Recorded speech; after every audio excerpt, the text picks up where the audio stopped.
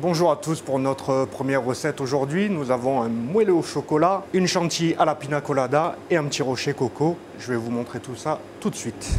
Dans un saladier, je vais mettre du jus d'ananas, du rhum blanc, du sucre et enfin du lait de coco. Je secoue bien et je mets au frigo immédiatement. Pour la deuxième étape, les rochers coco, très simple à faire. N'hésitez pas à le faire avec les enfants, ils vont adorer. De la noix de coco râpée, du sucre, et enfin tout simplement un œuf. J'ai ma pâte qui est faite, donc j'en prends un petit peu dans les mains, je serre bien et j'en fais une boule.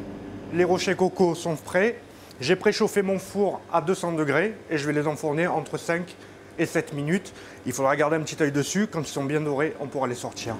Pour la dernière étape, la plus importante, celle du chocolat, je vais prendre mon chocolat, je vais prendre le beurre, et je vais mettre tout ça à fondre au bain-marie. L'autre étape, c'est monter les blancs en neige. Alors, le secret des chefs, c'est ou un jus de citron ou une pincée de sel.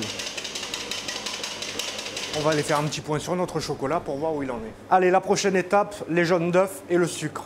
Voilà, le chocolat est donc fondu avec le beurre. Je prends mes jaunes, je les verse.